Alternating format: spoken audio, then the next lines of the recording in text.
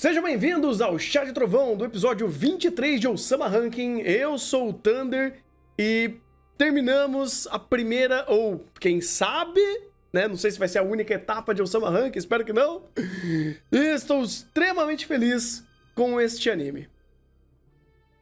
Aqui é o Maurício e se você não se encaixa no reino, vá criar o seu. Meio abrupto, mas eu gostei. Tipo, esse último episódio, inclusive, ele foi meio assim.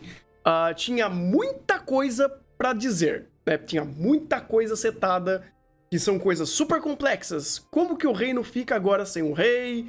Quem que vai cuidar da porra toda?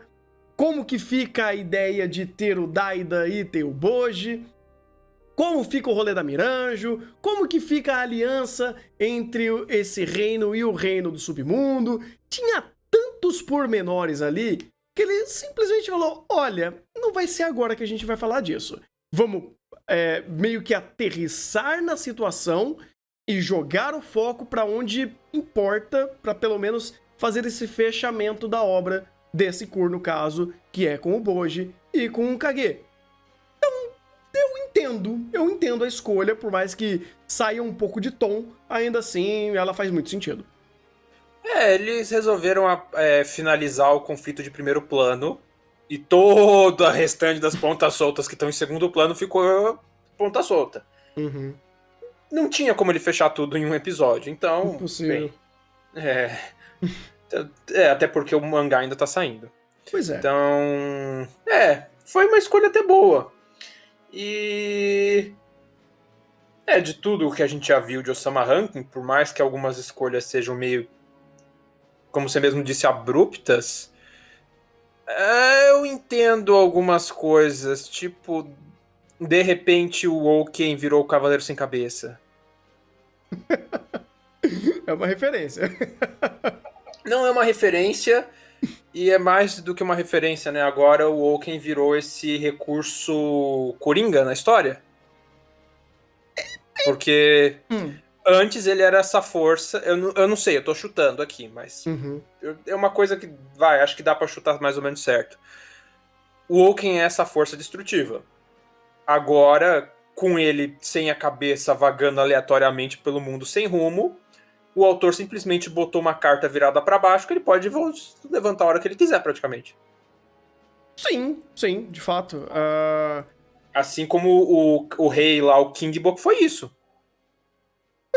E eu acho que é interessante isso, mas volta aquele negócio. Pô, fazer isso no final, ele meio que soa um pouco distoante, mas não é incoerente. Por quê? Esse cara tava ali, na margem da situação, ele tinha um motivo pra querer fazer isso. Por mais banal que possa parecer orgulho pra um personagem que ele é um rei, ou... Ele é um rei, não? Ele é um rei. E ele foi um rei que chegou em primeiro lugar do ranking dos reis. Pois é, então assim, o orgulho aqui importa, essa fúria, esse algo extremamente pessoal dele, e esse conflito que saiu do nada e tentou resolver da forma dele, pra esse personagem faz sentido, e é de novo o Osama Ranking acertando perspectiva de personagem. Pra nós, e pra todo mundo que tava vendo ali, falou, caralho, que porra é essa que tá acontecendo? Só que se você junta os pontos, faz sentido. E de novo o Osama Ranking fazendo a mesma coisa. Não é a primeira vez que ele tá fazendo isso, e no último episódio ele não deixou de fazer isso. É uma, como você falou, uma carta virada pra baixo? Precisava? Não. Mas não foi incoerente e cria-se mais um recurso, né? Mais um gatilho desse mundo que está acontecendo, que é interessante até porque se provavelmente a próxima temporada vai ser uma ideia mais de aventura, mais Boji e Kage, menos mundo, ou melhor, menos algo... Um mundo sendo estabelecido num espaço micro, que é o reino dele, é mais interessante. Porque daí você tem muito mais arestas para serem trabalhadas e volta aquela ideia da aventura do começo. Estamos indo para uma jornada. Agora é uma jornada meio que sem rumo, mas ainda você tem esses elementos estabelecidos do mundo que podem ter consequências. E tantas outras coisas que já foram apresentadas que não deu nada ainda, mas ainda assim estão vivas no mundo e até na nossa memória. E olha, eu estou falando vivas na nossa memória. Olha como essa palavra é forte pra mim. Não, mas é coerente com o Osama Rankin, porque, como você mesmo disse, é uma coisa recorrente de Osama Rankin, ele fazer alguma coisa e deixar, vamos dizer assim, de novo, as cartas viradas para baixo. Todo episódio ele faz alguma coisinha que ele deixa lá. Ele faz, para e deixa ali na geladeira. Depois, quando é conveniente, ele volta. Assim como foi o Desha indo pra pegar o presente lá no submundo, que ele deixou virado para baixo, e é uma coisa que, tipo, a gente sabe que vai dar ruim. A própria questão do ranking dos reis, que tá a carta virada para baixo, a luta com os deuses, a questão dos demônios, a carta virada... Tipo, todo episódio o Osama Rankin faz isso. Só que, de novo, para um episódio de finalização, isso acaba estranhando um pouco o senso de completude. Mas, de novo, não é a obra, o mangá continua, então a história continua. Não, de fato. É um final de um arco e... pelo menos esse episódio fez algo legal nesse sentido. Vamos fechar algo que estava em primeiro plano, ou... Tá, não é necessariamente em primeiro plano, mas... setar um novo começo, vamos dizer assim. Porque o conflito do Kage, chegando agora, não é necessariamente do nada. Kage sempre teve... Não é. Na verdade, é outra carta virada pra baixo que tava aí há muito tempo. Pois é, cara, porque assim, o Kage estava ali justamente pra isso. Eu vou ajudar o Boji. Ele tem essa jornada pra voltar pra casa, pra ser reconhecido, pra todo mundo ver como ele é legal. Eu sou uma pocinha de tinta de uma raça de um clã que foi exterminado e eu não tenho espaço nesse reino. Nunca tive. Eu vou embora. Tipo, ele tá errado. Não, ele tá certo. Pra ele está certo. Porque ele tem noção disso daí. Talvez não tanta noção com todo, mas ele sabe que ele não é bem-vindo. Ele não tem toda a noção do quanto a sociedade repudia o clã dele. Porque foi justamente isso acontecendo. Pô, eu vou viver sozinho. É um novo começo. Eu não vou roubar. Eu vou ser uma boa pessoa. Ninguém vai querer me aceitar, mas eu tenho agora esse espírito positivo que o Boji deixou comigo. Eu vou viver pelas minhas regras e eu vou trabalhar duro pra me tornar alguém. Isso vai acontecer? Não, não vai. A sociedade vai aceitar você? Não, não vai. Então... Isso é um ponto interessante. Isso é um ponto de coerência no roteiro de Osama Rankin e de até certa maturidade. Por mais que o Osama Rankin tenha essa roupagem infantilizada, digamos assim, de conto de fadas, eu gosto quando ele faz esses pontos de coerência. De beleza, nós sabemos quem é o Kage, mas nós sabemos também, quando deu o flashback dele, qual é a visão que o clã dele tem naquele mundo. E é tudo coerente, porque até agora nada foi feito em âmbito daquele mundo para reverter a imagem do clã dele. Se é que isso seria algo reversível? Porque se a gente pega outro ponto que eu achei muito legal e coerente da obra, foi o tratamento do resto do pessoal do reino com o Boji. A gente viu, eles mudaram, eles passaram a reconhecer mais o Boji, mas mesmo assim, velhos hábitos se mantêm. É incrível até como... eu não vou dizer que é maniqueísta, mas como essa ideia de... então tá, agora todo mundo tá tratando bem o Boji, olha que bonitinho. E você vê que não é bem assim. Assim, não quem não está no reino, mas quem tá fora, quem não viu a evolução do Boji, quem não viu toda a situação que ele passou. Então faz todo sentido de quem não está na perspectiva dos personagens que viram a evolução, toda a passagem, toda essa jornada que o Boji teve, chegar e falar, então agora ele é o rei. Porra, ele é o rei, né? Que esquisito, né? Até então a gente tava fazendo bullying por esse moleque que é só esquisito, que ninguém leva a sério, que é só uma grande piada do reino. E agora ele é o nosso rei. E todo mundo respeita ele. Agora a gente vai ter que respeitar também. Puta, que bosta, né? Que bosta. Não, é até mais do que isso. Até os personagens que têm noção da jornada que ele passou ainda cometem atos falhos. Vulgo o Domas, esquecendo que o Boji faz leitura labial e mantendo os velhos hábitos. Ou até mesmo a Healing repreendendo o Boji. Uhum. Não, isso é Do mesmo jeito que ela repreendia antes. Sim, sim. Não, isso é fantástico, isso é fantástico.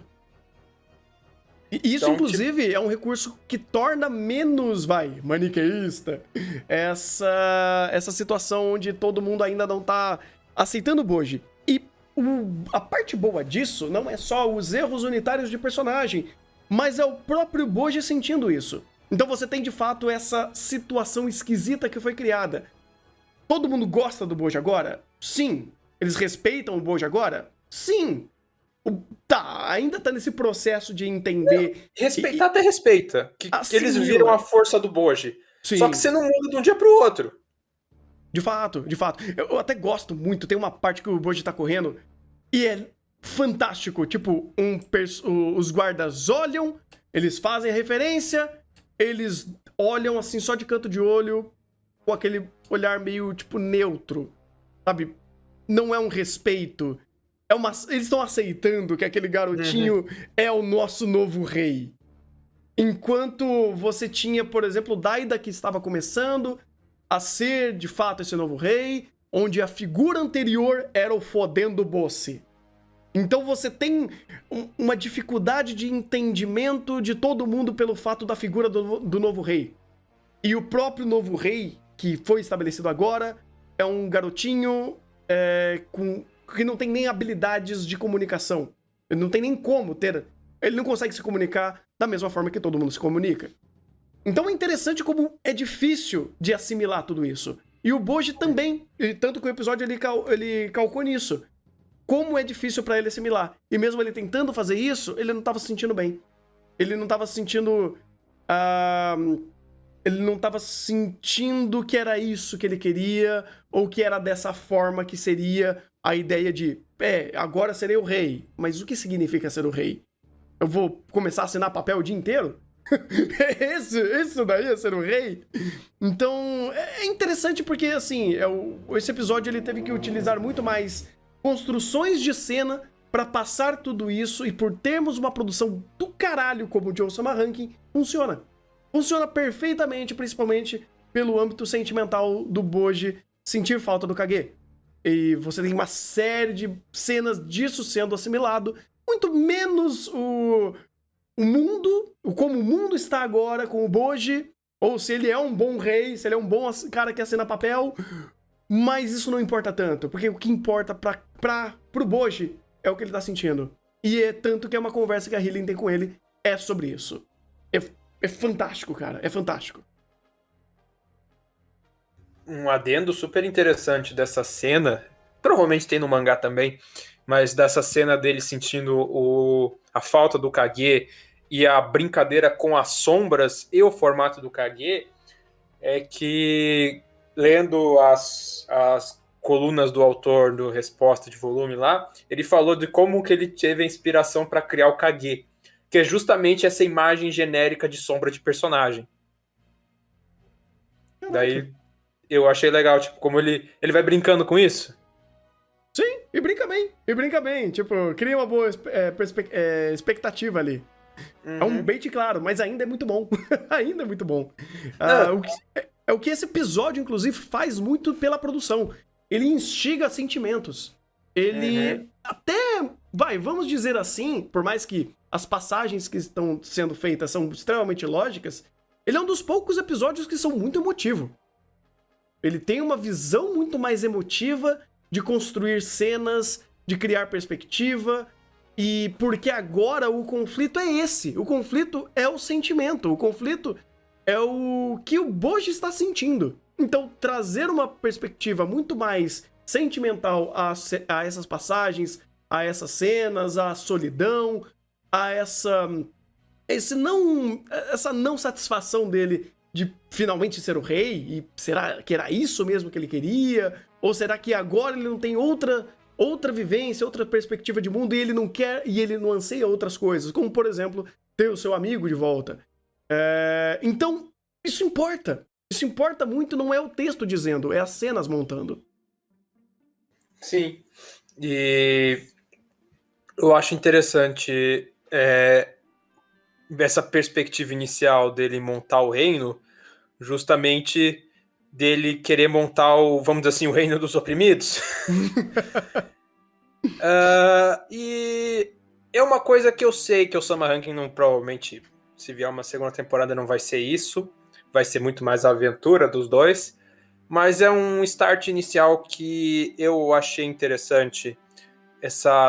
E é uma coisa que eu gosto de Osama Rankin desde o começo. Essa temática de tentar pegar pessoas ou estereótipo de pessoas que sociedade ou despreza ou subestima e tentar trazer e tirar o maniqueísmo delas em primeiro plano. No caso aqui a gente tem dois, que é o Kage, o ladrãozinho, o batedor de carteira, e o Boji, que é alguém com deficiência física. Certa deficiência física, talvez. Ele é mudo, né? Eu não sei se entra. Mudez entra em deficiência física? Agora eu vou dar a orelhada, não vou lembrar. Chat, alguém me ajuda? Pois é, cara, eu também não sei a nomenclatura correta. Não sei, eu não sei.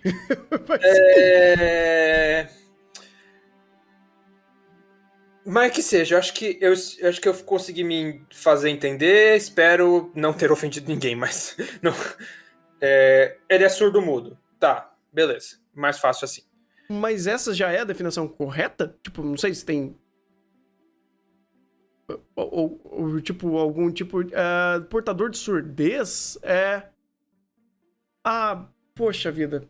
Eu não vou saber agora ao certo qual que vai ser, gente. Desculpa, sério. Desculpa, não vou saber a definição certa. Mas vamos dizer assim, ele é deficiência auditiva. Mais fácil. Eu acho que esse é o termo mais correto.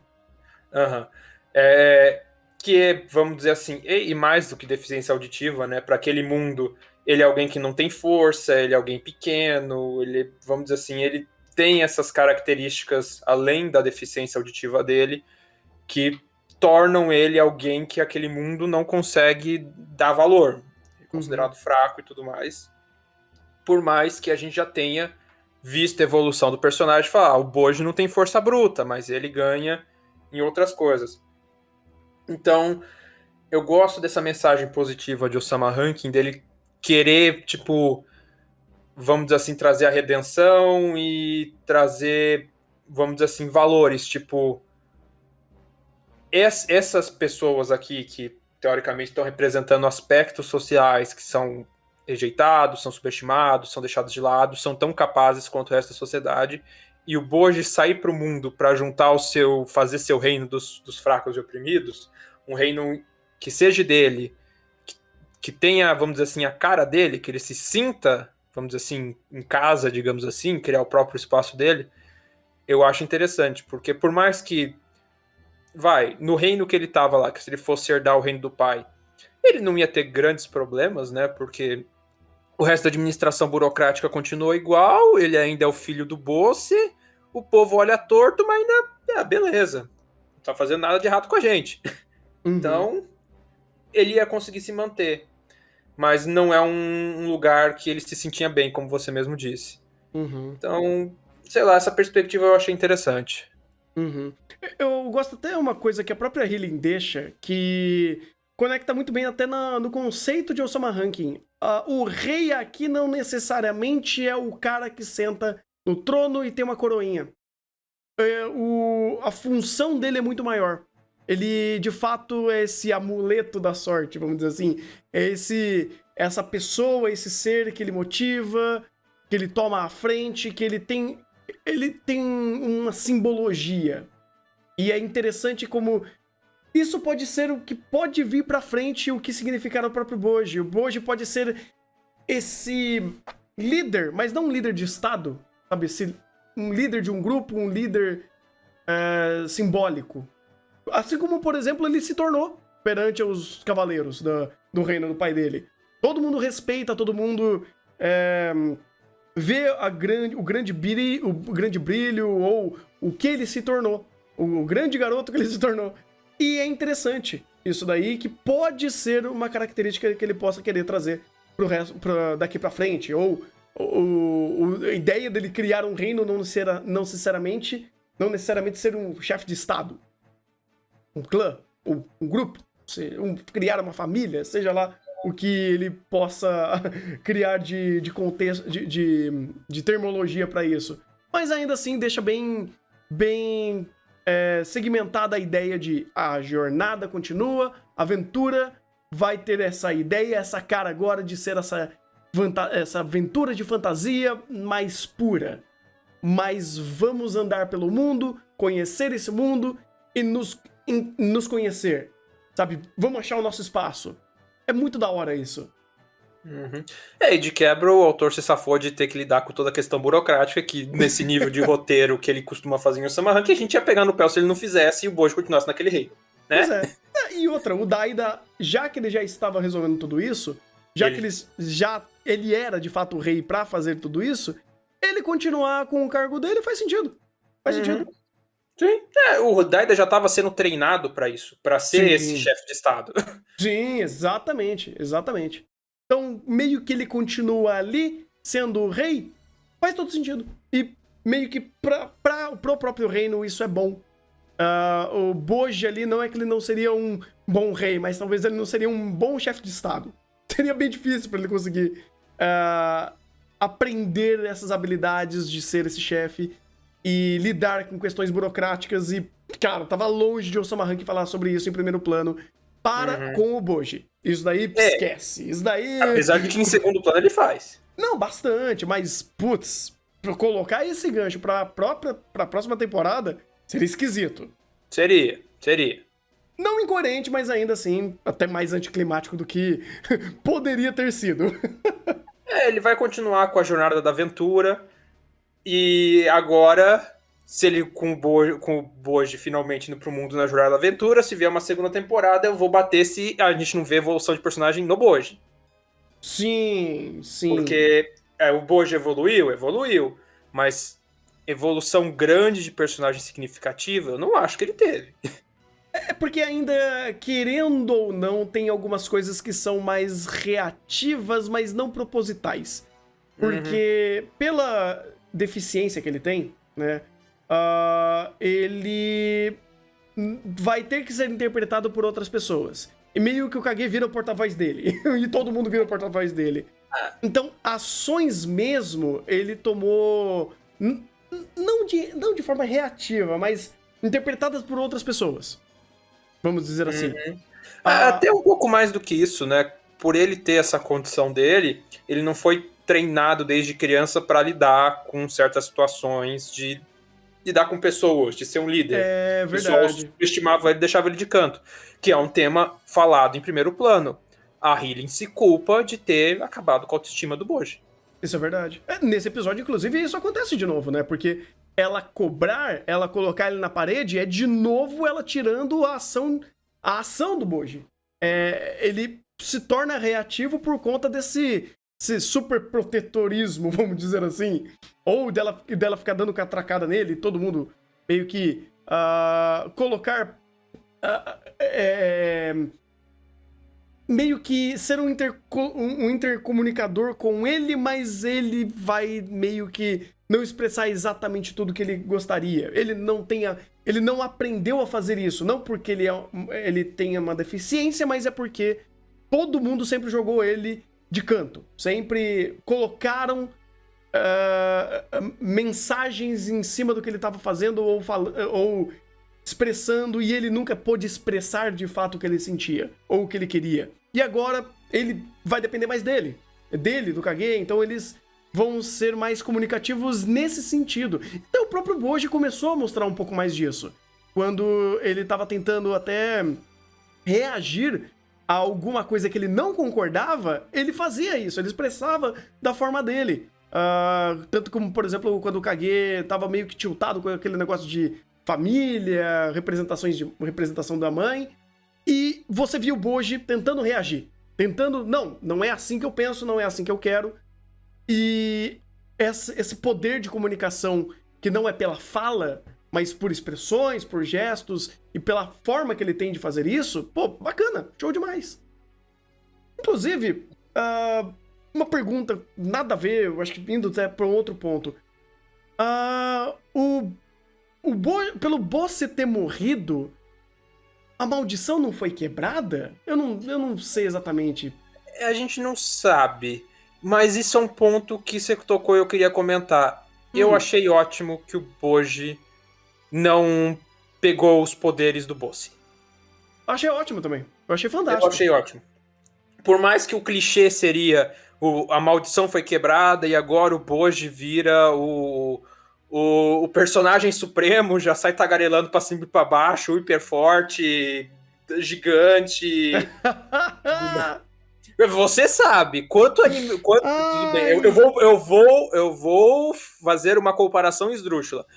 Se isso aqui fosse um Isekai B de temporada, você sabe que na hora que o Bosse fosse derrotado, o Boji ia virar o Kirito, comedor, falastrão, com 30 waifu caindo nos colos dele. Você sabe. Não, pois é, ele continua sendo o Shrek aqui. Ele continua sendo o ogro. Isso é ótimo. Que nem uma brincadeira que a gente fez. Pô, na Bela é a fera. Quando a fera deixa de ser a fera, o cara vira um príncipe encantado ricão. Porra, show demais. No Shrek, não, ele continua sendo o ogro. Aqui o Boji continua sendo o Boji. Isso é ótimo. De fato, porque mantém a coerência e, vamos dizer assim, mantém um pouco do power play, se eu posso dizer assim, da progressão da própria história de Osama Rankin. Mantém causa e consequência. E, na boa, mesmo é uma coisa que eu ia achar legal, mesmo se depois, quando quebrasse a maldição do demônio, que o Boji mantivesse como tá. Porque o anime já mostrou pra todo mundo que a condição do Boji não é um empecilho para as coisas que ele pode fazer. Pois é. Ele, claro, ele tem algumas dificuldades, algumas deficiências de comunicação e tudo mais. Ele tem algumas desvantagens, mas não é um empecilho se for tratado e se for lidado da forma correta. Exato. Tanto que, por exemplo, se a gente pegar até consequências mais visíveis, o Daida, ele ficou um pouquinho mais marombado. Se alguém ganhou um legado, né, algum poderzinho a mais por tudo que aconteceu, foi o Daida. O Daida parece que, eu não sei até que ponto, não sei como foi, mas parece que ele tá muito mais bruto. Alguém pegou um pouquinho da força do pai. Exatamente. E se tratando desse pai, um pouquinho de força já é força para um caramba. Metade da força é muito. Metade da... Meu Deus do céu.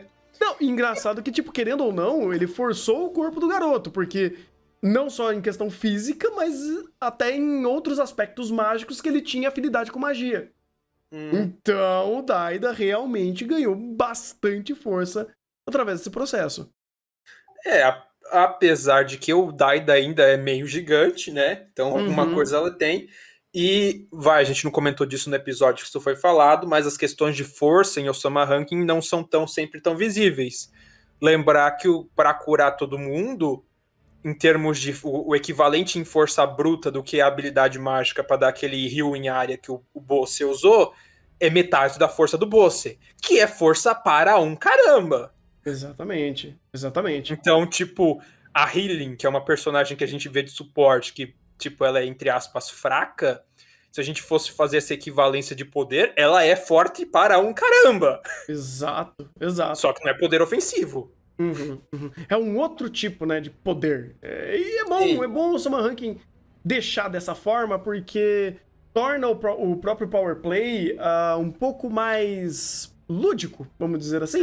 Um pouco mais amplo. Você não tem barrinhas de força pra medir as coisas. Não, é mais a situação. A situação se equilibra dependendo do contexto, dependendo do personagem.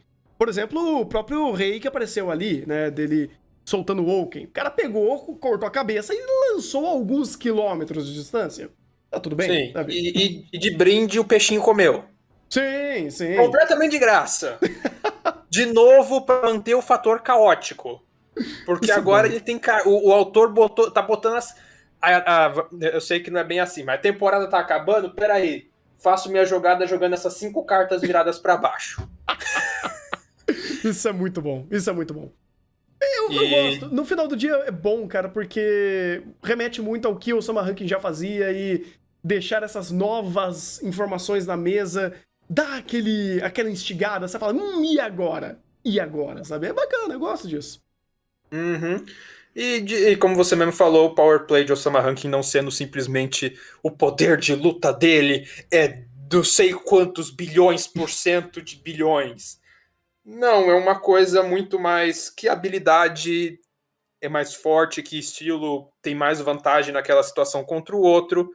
De novo, a gente viu isso com essa questão agora, com o jeito que o King Bo agora nocauteou o Woken facilmente, comparando com os episódios atrás que a gente viu a dificuldade que era o Woken. Daí veio o Bo, você esmagou, e o Boji, que estava tendo muita dificuldade com o Woken, simplesmente destruiu o Bosse. Então, tipo, você vê uma estrutura de power play até um pouco mais bem feita, com mais camadas. Tipo, olha só, dá pra você fazer briga de poderzinho que não é simplesmente números. Aprende, indústria dos animes. Nem me diga. E, cara, é incrível que quando você pausa em Osama Ranking, você começa a pensar como tudo faz sentido. É da hora o King Boo ele pegar, arrancar a cabeça do Oaken, jogar, e você olha ali no layout de ambiente e ter uma montanha de gelo no fundo. Transição de cena, mostrando a cabeça caindo. Ele mandou, de fato, para as montanhas de gelo. Num lago onde estava próximo dessas montanhas que... saindo da vegetação e indo para a parte de gelo. Ou seja, muitos quilômetros de distância. É da hora você ter essa coerência, porque você consegue prestar atenção nesses detalhes e eles importam. Olha que bacana. Se você prestar um pouquinho mais de atenção em todos os layouts do ambiente, você vai ver que quando o Boji é jogado para cima, você vê atrás dessas montanhas de gelo e você vê que ali é um oceano. Caraca! Oh, agora você foi longe, pera aí. Agora eu quero ver. Na cena que o Boji fazem o negócio que levantam ele para cima, dá para ver, se eu não me engano, o coisa das montanhas de gelo, você vê atrás, você vê que ali tem um oceano. Eu não sei se é no mesmo lugar, porque, tipo, tinha ali um oceano, mas eu não sei se era das montanhas de gelo. Eu acho que não, eu acho que é um outro lugar. É pro outro lado. É pro outro lado. A costa, tá, ele fica mais perto da costa. O oceano, né? O oceano fica perto da costa. Porra, fica perto do castelo. Deu pra entender. O castelo fica mais perto da costa, mas tem algumas montanhas ali naquela região. E do outro lado que fica as montanhas de gelo mais pra dentro do continente, que faz mais sentido. Sim, Bacana, não, beleza. Falha minha. Não, mas é uma boa observação, porque dá pra você entender um pouco mais do terreno também. Né? Uhum. Então, já que questionam essa situação e a gente teve um pouco mais de visão do mundo, e nunca tivemos mapas em Osama Ranking, às vezes... Não é que é algo ruim. Por exemplo, tem certos Genjitsus da vida que fica enfiando mapa na tua cara em todo lugar. E não funciona. De fato, não significa porra nenhuma. Genjitsu a gente vai fazer e chat que me aguarde, porque vai doer e vai demorar. Genjitsu pediu pra apanhar essa segunda temporada e pediu feio. Eu ia ficar quieto, mas os últimos episódios me tiltaram bastante. Mas voltando para o Osama Ranking, um comentário meio fora de contexto, mas que, para quem não viu o chá de apito de cachorro, o respaldo tá lá. Eu acho até bom que o Osama Ranking não fez mapa, porque questão de mapa em Osama Ranking pode trazer uns probleminhas pra esse roteiro. Sim. Se no lançamento desse vídeo aqui, ou quem tá vendo a gravação não viu ainda o nosso chá de Dog Whistle, vai lá, veja depois. É muito bom, a gente vai falar sobre esses pequenos detalhes e, de fato, o mapa aqui seria mais uma alfinetada, mais uma estocada em um problema que a gente comentou no episódio 18 do Dog Whistle, então... É que pra quem tá na live agora não tá sabendo porque a gente falou isso nos adendos. Mas... Pra quem tá na live agora e viu o chá e não tá entendendo os adendos, fica o spoiler. Ryoma ficava numa ilha, Gyakuza ficava na costa do continente. Sim. Bem, então vamos às considerações finais dessas... Não são 2 temporadas, The Scrolls de Osama Ranking. Uhum. Cara, sucintamente, eu só não dou 10 por conta do problema do episódio 18. Minha única ressalva. Minha única ressalva, tipo, dentro de qualquer outro pequeno detalhe que possa ter sido de ritmo, algum momento um pouco mais mal contado. Tudo bem, eu sei que no episódio 18, o próprio maniqueísmo em si, por valor narrativo, ele tá ligado intrinsecamente ao problema do Dog Whistle. Mas esse conjunto, esse problema em si, desse passado da Miranjo e trazendo tudo o que ele trouxe naquele momento, eu só não dou 10 por esse elemento. Todo o resto, pequeno detalhe que seja, ou uma pequena desconexão de narrativa, do próprio storytelling dele, ou de um episódio que ele quis ser um pouco mais sóbrio, muito mais coerente e menos show-off, né? Menos empenhado em criar uma boa experimentação visual e um bom pacing para contar aquele passo a passo, aquela situação que ele estava tentando montar, eu relevo.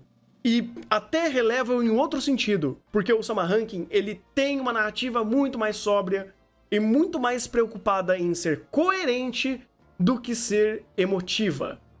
É algo até muito esquisito, porque no mundo dos animes, geralmente você vê animes que eles foram criados pensando numa temática, numa mensagem, num momento, e eles querem te entregar o show-off.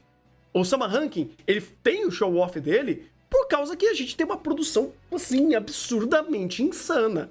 Um projeto extremamente profissional e muito bem pensado, com storyboards aqui excepcionais, com uma trilha sonora maravilhosa, com uma animação, um roteiro, tudo. Não, mas até pra parte mais do show-off mesmo, mais apresentação visual. Ele não precisava ser tudo isso se, vamos dizer assim, que a pegada dele principal, dentro de uma das propostas de dinâmica que ele desenvolve a narrativa, é ser muito mais sóbrio e coerente e menos emotivo. E quando ele cria a emoção, vamos dizer assim, como consequência a tudo que ele tá fazendo, e o roteiro, ele sempre batendo o martelo de vou fazer algo coerente e não algo emotivo, e de novo, você vê que a premissa dele é ser muito mais muito mais de exatas do que de humanas. Péssimo exemplo, mas eu acho que dá pra entender. E quando você vê ele não sendo muito emotivo, ou a cena em si sendo um pouco mais truncada em prol de uma narrativa mais coerente, assim como aconteceu com os diálogos do Kage com a Miranjo, algumas explicações que realmente criaram um pense mais lento e mais esquisito, de acordo com outros momentos que eram super mais dinâmicos e muito mais flexíveis, eu consigo entender por que é o Sama Rankin fazendo o que ele se propôs. Sim, de fato. É que se for passar o pente fino realmente mesmo, tem... o problema do suposto apito para cachorro no episódio 18 é o maior deles, mas você tem um ou outro probleminha que apareceu aí, principalmente na segunda metade, se eu não me engano, não foi? Sim. Um ou outro episódio que não foi 10, foi 8. É bem isso! Mas para o Sama Rankin é nítido a diferença. Sim. Realmente um episódio que é 8 de 10, de um outro que é 10 de 10, cara, você acha que, meu Deus, o Sama Rankin quebrou, acabou, perdemos. Foi mais ou menos isso. E eu conseguiria passar esses episódios 8, eu tô com o Thunder nessa, que eu conseguiria passar pano para esses episódios que foi o 7, 8 de 10, 9 de 10, não foi um 10 de 10, se não fosse o episódio 18. Mas dependendo da sua interpretação, talvez não tenha sido, é muito complicado, por isso que eu falei, um suposto apito para cachorro, mas de novo entra a conclusão do chá, se não foi intencional, foi de mau gosto, para uma obra que é tão bem escrita, e a gente pode dizer que o Sama Rankin tem um roteiro muito bem escrito. não dá pra falar, tipo, que... assim, o nível de escrita de roteiro de Osama Rankin é uma coisa que a gente dificilmente vê em temporada de anime, gente. Cara, isso daqui destoa. Me Muito. destoa não só, vamos dizer assim, dos animes que serão comparados em 2022. Ele destoa de, tipo, sei lá, 5 anos atrás. Você pega Sim. daqui pra 5 anos atrás, eu conto nos dedos animes que tem um roteiro tão bem escrito como ele. Sim. Então, considerando isso, independente se foi ou não um apito de cachorro, a forma simplória como foi tratado aquele tema também destoa. E o que só piora é as possibilidades de má interpretações. Sim. Dito isso, eu também não consigo dar 10 pro Osama Rankin. Eu tô entre 8 e 9. eu dou um 9,5. Eu dou um 9,5. É que nem eu falei quando eu tava trocando ideia em outro momento. Eu dou um 10 só por âmbito de projeto. Eu acho que o projeto de Osama Rankin foi 10. Todo o empenho da staff, tudo que eles fizeram aqui em âmbito de projeto, é um projeto 10. É um projeto que pouquíssimos outros se assimilam à qualidade, a ter uma construção sólida do começo, meio e fim, de ter algo que ele é coerente. Cara, isso daqui, ele é raridade no mundo dos animes. Principalmente um anime de 2 cursos. Principalmente algo que não é um filme. Isso daqui é raridade. Isso daqui, sei lá, eu vejo a Kyoto Animation conseguindo fazer projetos assim. Só ela. Sim. Mas ninguém. E olhe lá. E olhe lá. E olhe lá mesmo. E olhe lá. Porque, infelizmente, até por alguns problemas muito infelizes dos últimos tempos que a Kyoto passou, eles não estão conseguindo trazer essa completude plena dentro dos seus projetos. O Made Dragon até que conseguiu, vai, vamos dar o benefício do que eles fizeram lá, porque foi do caralho. Ou até mesmo o próprio filme de Violet Evergarden foi muito consistente, mas ainda é filme, filme é outra coisa. Mas ainda assim, cara, o que o Osama Rankin apresenta como um projeto é incrível. Tanto que, como eu brinquei, eu dou um 9,5 pessoal, mas no meu My Anime List vai estar 10. Aí você me deixou meio... Aí eu tô numa sinuca de bico. E explicando porque eu cogito dar um 8. Porque eu fui mergulhar no mundo do mangá. E daí... Ai, você olhou pro abismo. Eu fui mergulhar no mundo do mangá. Ainda posso estar errado porque eu fui pegar traduções meio soltas. Eu não consigo ler o original Ashau em japonês direito ainda para saber de fato em detalhado do que tá escrito nos capítulos mais para frente. Mas eu tenho uma noção das coisas mais para frente do que tá acontecendo. Mas de fato, se eu for considerar só o anime e considerar que mesmo o problema do episódio 18 a gente ia passar batido pela maior parte da discussão se não tivesse alertado a gente. Sim. Dá pra apoiar que mesmo com o problema do episódio 18, se você pegar só pelo anime e só pelo projeto, e também considerando que o anime nessa parte desse problema do episódio 18, ele, não sei se propositalmente ou não, mas o roteiro do anime cortou detalhes de cena que melhoraram e conseguiram camuflar mais essa interpretação, até porque que eu vi em blog japonês mesmo, que estava destrinchando esse negócio mais a fundo, o CSI mesmo era no mangá que o pessoal tava fazendo. O CSI pra catar as coisas era no mangá. No anime não tinha tanta coisa. Com exceção de algumas coisas de layout de ambiente. Eu dou um 9.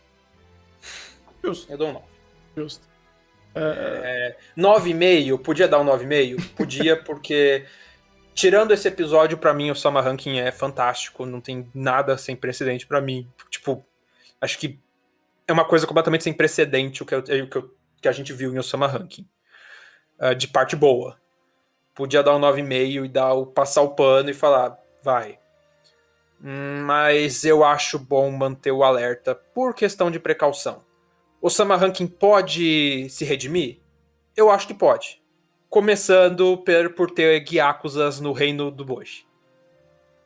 Começa por aí. Isso é interessante. Esse é um bom ponto. Isso, tipo, o Osama Rankin pode tentar se redimir? Pode. Cara... Eu mudo minha nota pra 9,5 quando ele se redimir. Cara, eu tô pensando... Simples assim. Sim, fazendo algumas fanfics agora, faz sentido. E outra, se essa ideia disso vir pra frente e começar a ser conversado, se o Bojji começar a agregar novos aliados, novas pessoas ao reino dele, vamos dizer assim, faz sentido. Se for essa galera que tem alguns aspectos peculiares desse mundo. Que ou tem algum problema social, algum problema físico, psicológico, ou é mal visto por algo que essa pessoa nem tenha feito, ou ele tem algum dilema pesado e isso pode ser conversado. Então, cara, se eventualmente esses novos personagens que foram aparecendo, não sei, tô chutando aqui, tenha essa ideia e eles queiram conversar sobre isso, até a própria parte do Kage, querendo ou não, deixa essa ideia de preconceito aberta à conversa, a entendimento, a uma solução até, ou de uma forma parcial. Eu vejo perfeitamente o Osama Rankin abrindo seu texto para falar de coisas, de detalhes muito mais importantes sobre mensagens. E por mais que o Osama Rankin não seja necessariamente uma obra de mensagens, é mais uma obra sobre a sua história, as mensagens estão intrínsecas a essas passagens, e são boas mensagens, estão muito bem conversadas. E é isso, cara. Eu não sei, tem mais algum complemento? Acho que não. Eu estou ansioso pra quando sair, se sair uma segunda temporada, mas se sair vai demorar, porque acho que ainda vai ter que lançar muito capítulo do mangá. Só que tem material pra uma segunda temporada. Mas estou na guarda. Sim. Não, pois é. A gente tá esperando aqui ansiosamente pra Osama Rankin voltar. Vai demorar, mas tudo bem, a gente espera. Não tem problema nenhum. E antes de terminar a gravação, eu vi que eu tava quieto, mas eu vi que alguém no chat mandou a definição de PCD. Peraí, deixa eu só pegar aqui pra ficar na gravação. Claro.